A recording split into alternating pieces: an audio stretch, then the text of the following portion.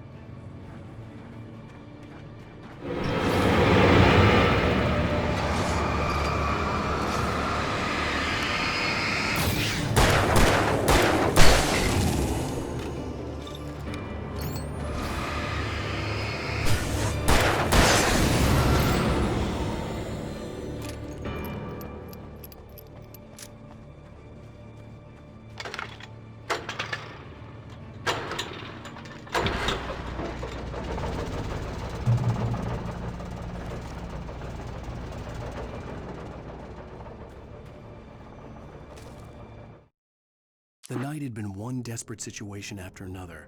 I was exhausted, and my body felt as though it had been chewed up and spat out.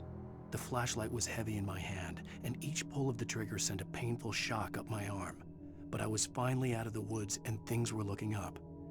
That's when I heard the chainsaw.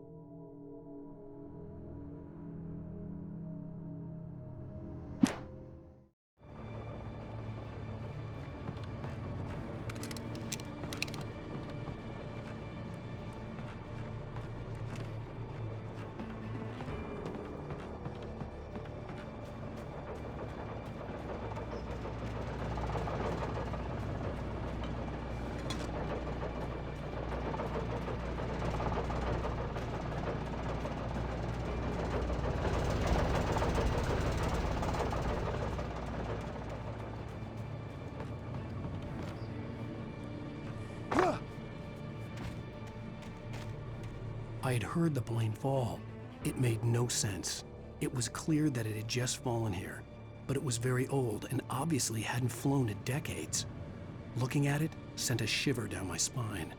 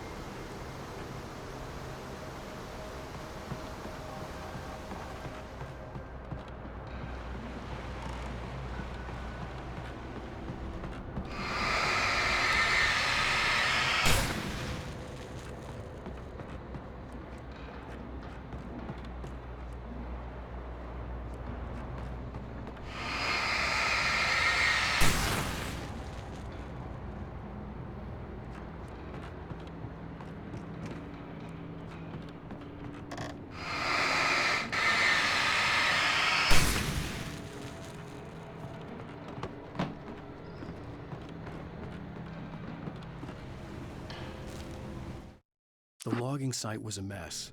The modular office had been pushed off the cliff. Deputy Thornton climbed up from the wreckage excited, breathing hard from the exertion. Nobody there. It's weird. Don't you think that's weird? Bored, Mulligan let out a mighty snort. Hell, it's always weird, Thornton. Just a question of sorting out what kind of weird it is this time around.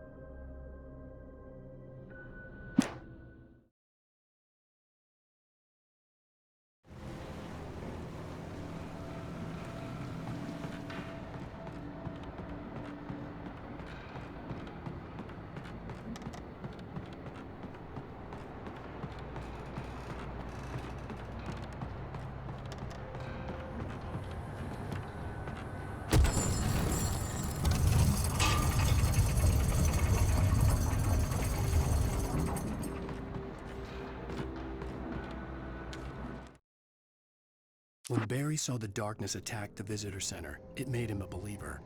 The men Al said he'd shot, they hadn't been just locals on crank. Somehow the world had changed, like the channel had been switched without warning. You think you're watching a sitcom, and you're really watching a horror show. When the birds started attacking the cabin, Barry wasn't surprised, just terrified.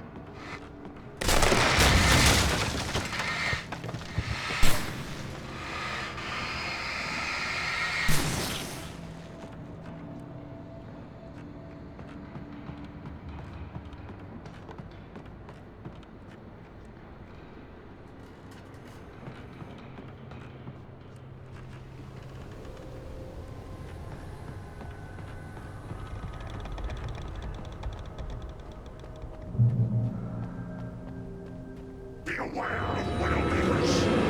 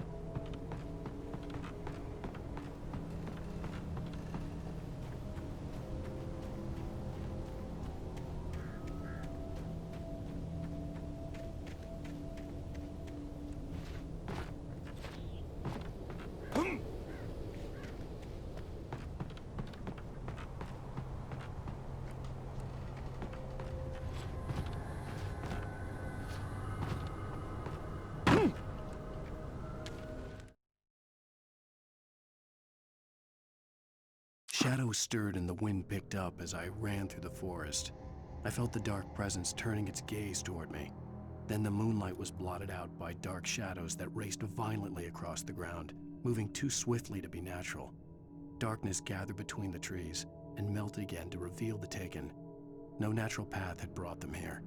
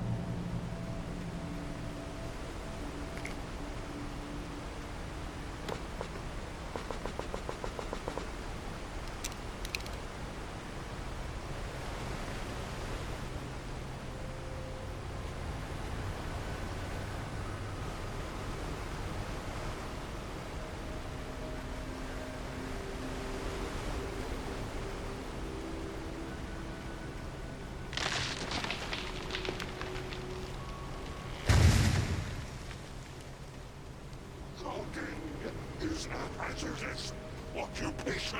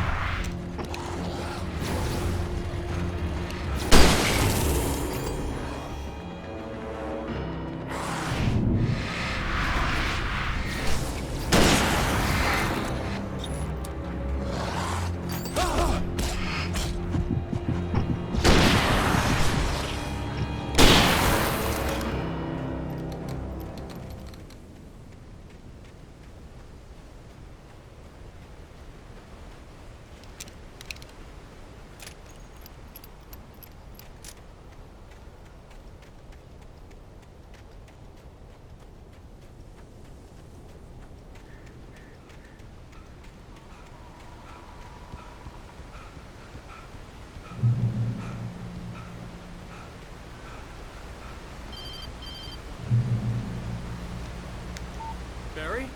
Ow! The porch is covered with birds. They've got all Hitchcock on me. Stay out of sight. I'm on my way. Don't open the door. What am I, crazy? Stay hidden. I'll be there soon. Just make sure you keep the lights on.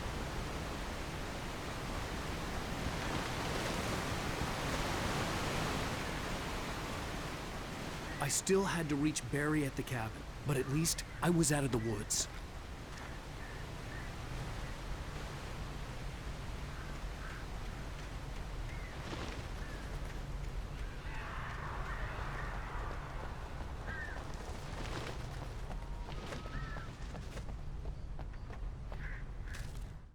The FBI agent's command froze me in place.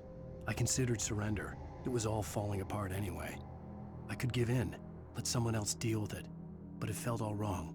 Call it instinct, his posture, the way he held the gun. He was no friend. Shots ringing in my ears, I leaped for the hole in the fence and stumbled into the darkness beyond.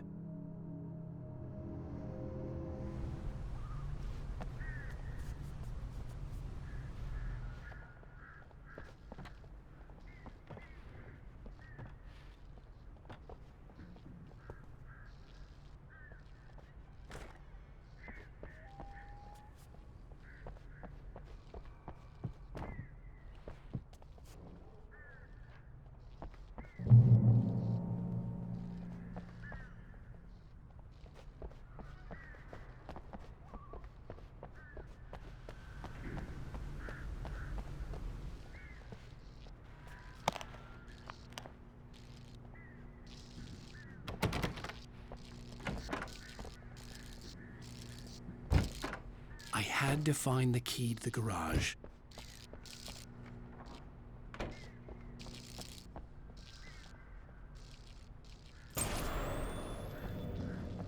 A story is not a machine that does what you tell it.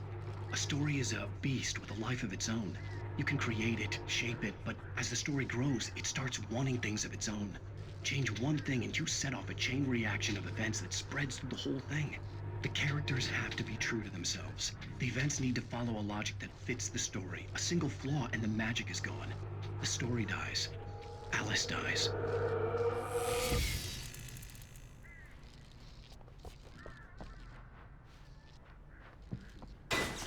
You can harm Mother Nature and yourself.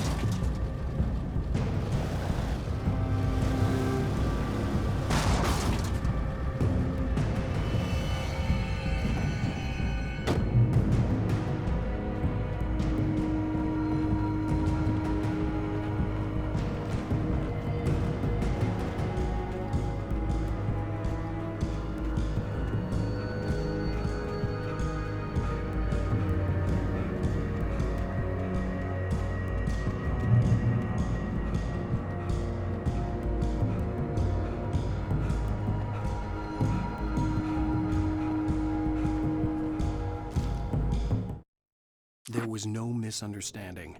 Cauldron Lake was where Alice and I had stayed, but there was no cabin and no island. I was missing a week. What had happened to me? What had happened to Alice?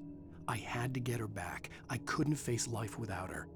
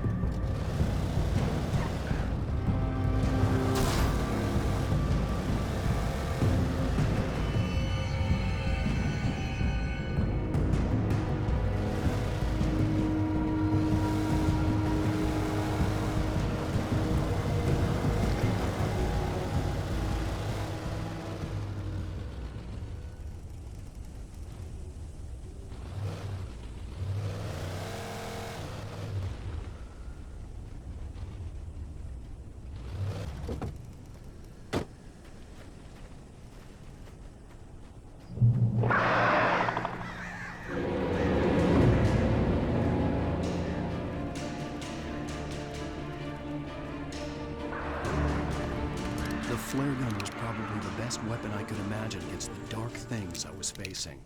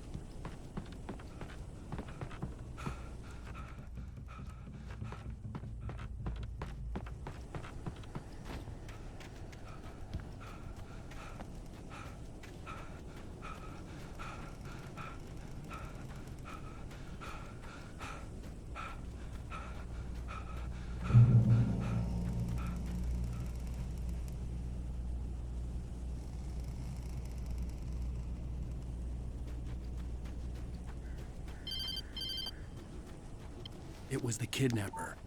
You son of a bitch! Where's my wife? Enough horseplay, Wake. You deliver the manuscript, and you can have your woman back. Simple as that.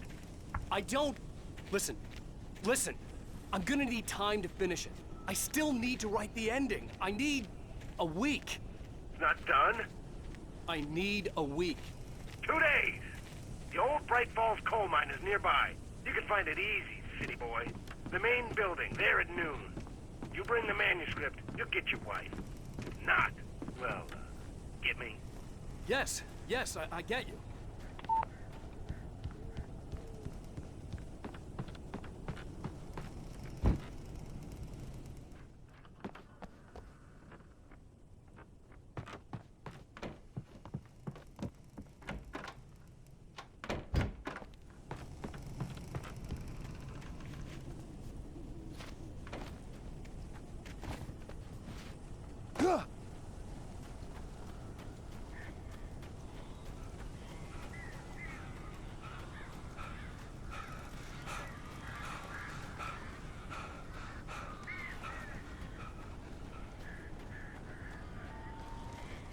Barry had talked about birds over the phone.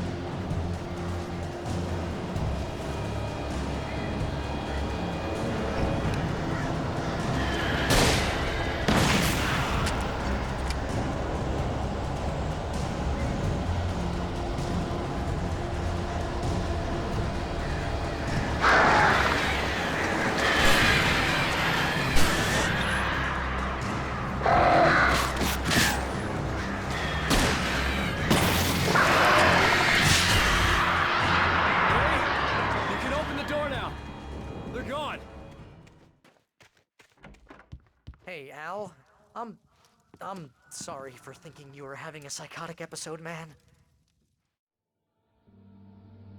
I sent Barry to the town to ask around about a man fitting the kidnapper's description. He'd go through the archives of the local paper. Perhaps he could learn something. Anything about the island and the cabin that had disappeared. The man wanted a manuscript. I had to try to write him one to get Alice back.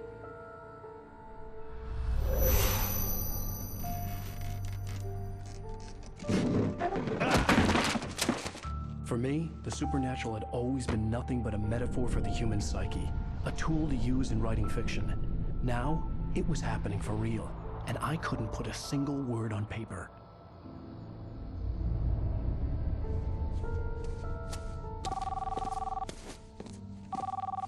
Barry Wheeler speaking. This is Rose. Rose? I found Mr. Wake's pages. Oh, you sweet, brilliant girl. Could you and Mr. Wake come get them? I live in the trailer park outside the town. We'll be there in less than an hour. Bye now. See you soon. Have a great day. Hope you come back soon. Welcome to the Oh Dear Diner. Good girl.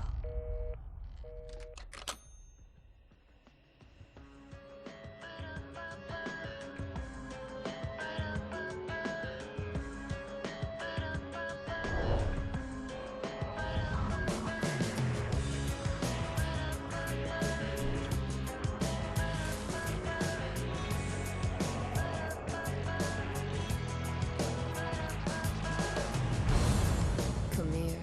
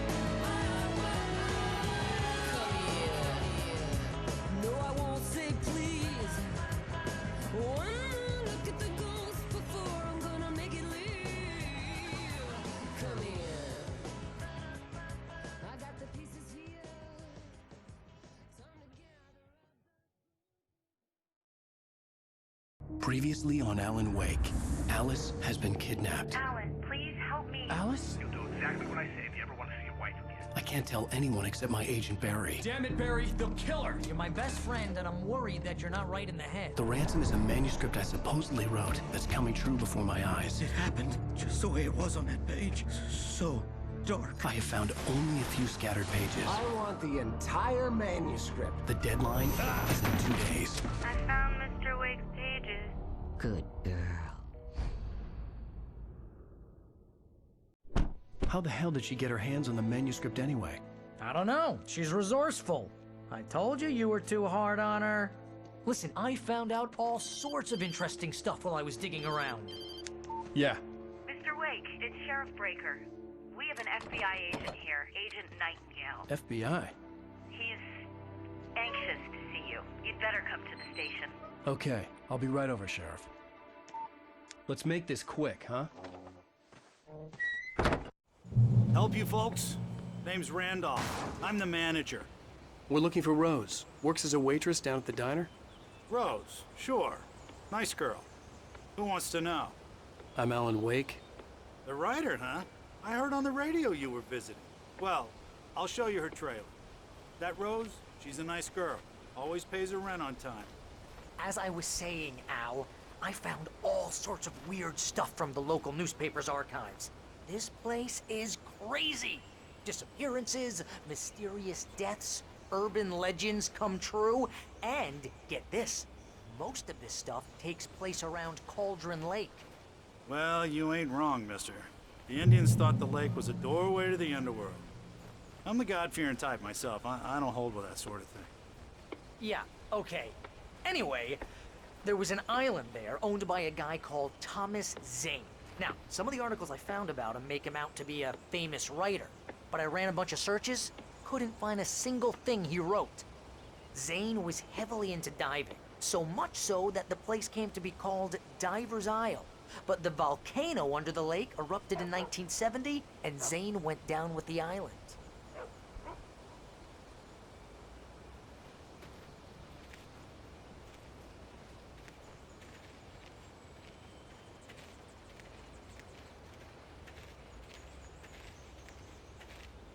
Yeah, how about that? It was there in the morning, as if it had fallen from the sky. But it would take a tornado to lift something like that. We're damn lucky it didn't crush any of the trailers.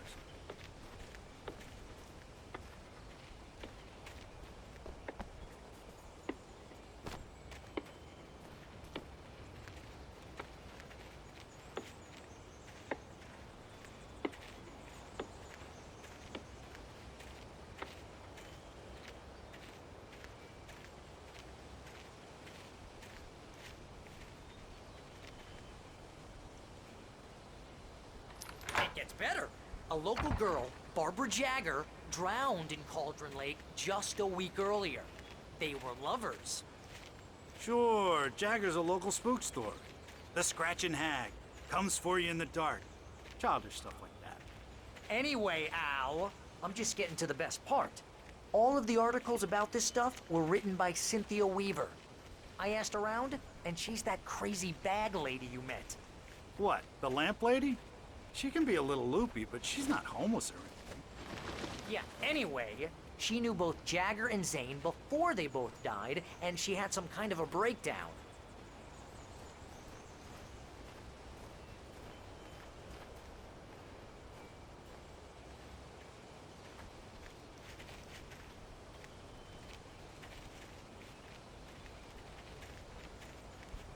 Well, mister, this here's Rose's trailer. You mind me asking what you want with her? We're just here to talk to her, pal.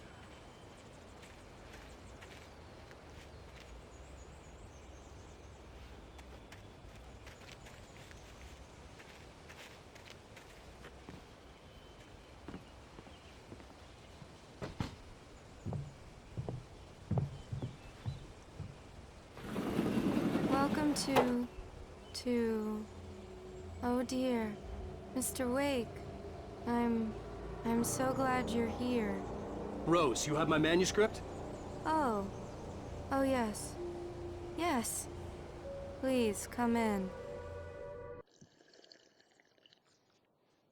Hey, this is really good. Rose, Yes, my manuscript. I really need it. I understand. I know what you need. A muse to inspire you. Oh, for Barry?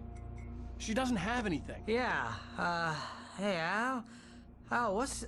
Oh... Barry! What? What?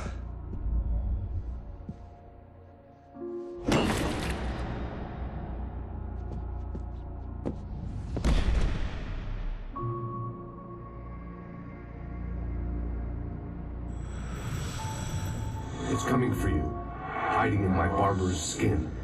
I'm too weak to stop it. You must turn the lights on. I promised I'd come visit you and your lovely wife. You must finish what you started. I insist. You must turn the lights on. Turn the light on.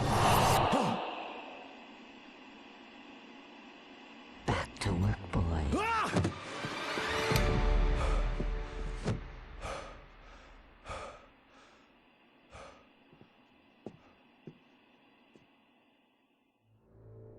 I felt nauseous, hungover.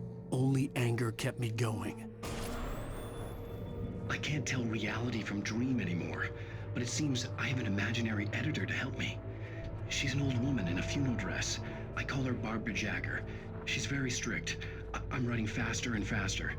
My manuscript is being heavily revised. The edits are getting very aggressive, and each day there's less of me and more of her. I hate it, but I know she's right. She promises me I can save Alice this way.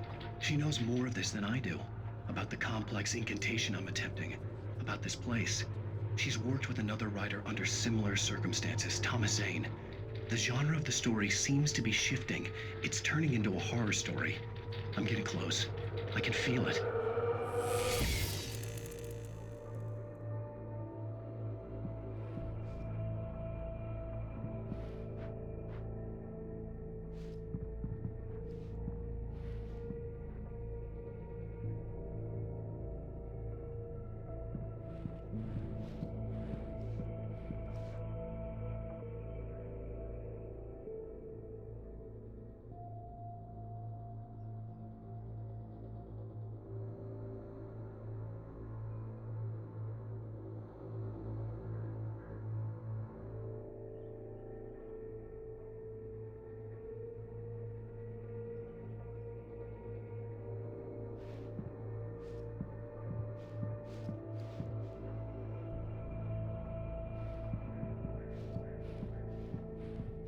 Rose took a day from me. I had less than 12 hours left to meet the kidnapper.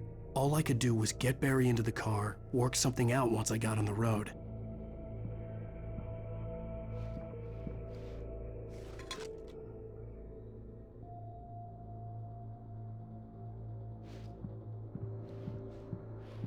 Barry was out of it. He was way too heavy to carry.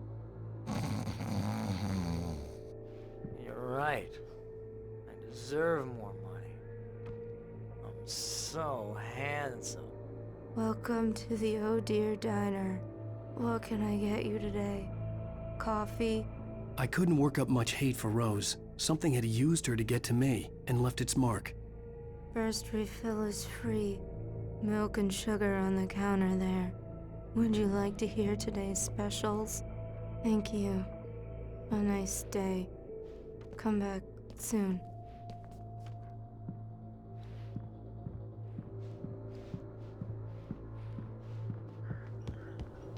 My gun and flashlight were gone.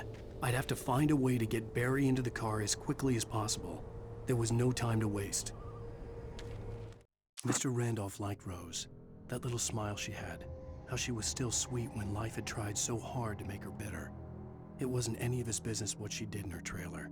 But those strangers, the writer and his smart-ass sidekick, looked like trouble. And they'd been in there for hours, way past her normal bedtime. He reached for the phone and called the sheriff's station.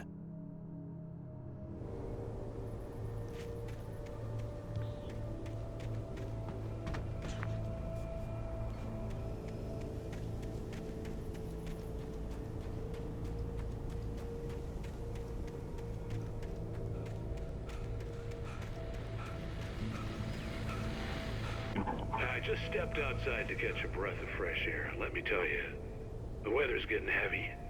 Nights like this make me especially glad I'm here talking to you and not home in bed. Once the weather takes a turn like this, I can't sleep at all. It's all tangled bed sheets and dark thoughts, punctuated by the occasional plunge into nightmare. Is it just me? Well, perhaps it is. But I hope I can make the night a little bit easier to get through. Culver, you're on KBF FM. Hey, Pat, it's Walt Snyder. What's on your mind, Walt? Well, I am the way you are, but, well, I can't sleep either, you know? I just been staring out the window here, trying to make sense of it all, but, I ain't been drinking either, you know? I just... Well, you sound like a man with a problem, Walt. I had argument with Danny. You know, Danny, and, then I got in trouble with the law, you know, and, I'm just, well... I heard something like that, Walt. Yeah, well, you know, Danny's my best friend, and, they let me on bail today. And now I'm just alone here at the window, you know, waiting. Man, and there's something in the air tonight, man. I was just outside looking up at the sky above our broadcast tower thinking the same thing. What are you waiting for, Walt? I don't know. You know, something's gonna happen. You know, I think I better go. Well, Walt, maybe... No, thanks, Pat. Well, good luck to you, Walt. Hang in there. Let's take a little break, folks. This weather's really something else, huh? How can I be sure?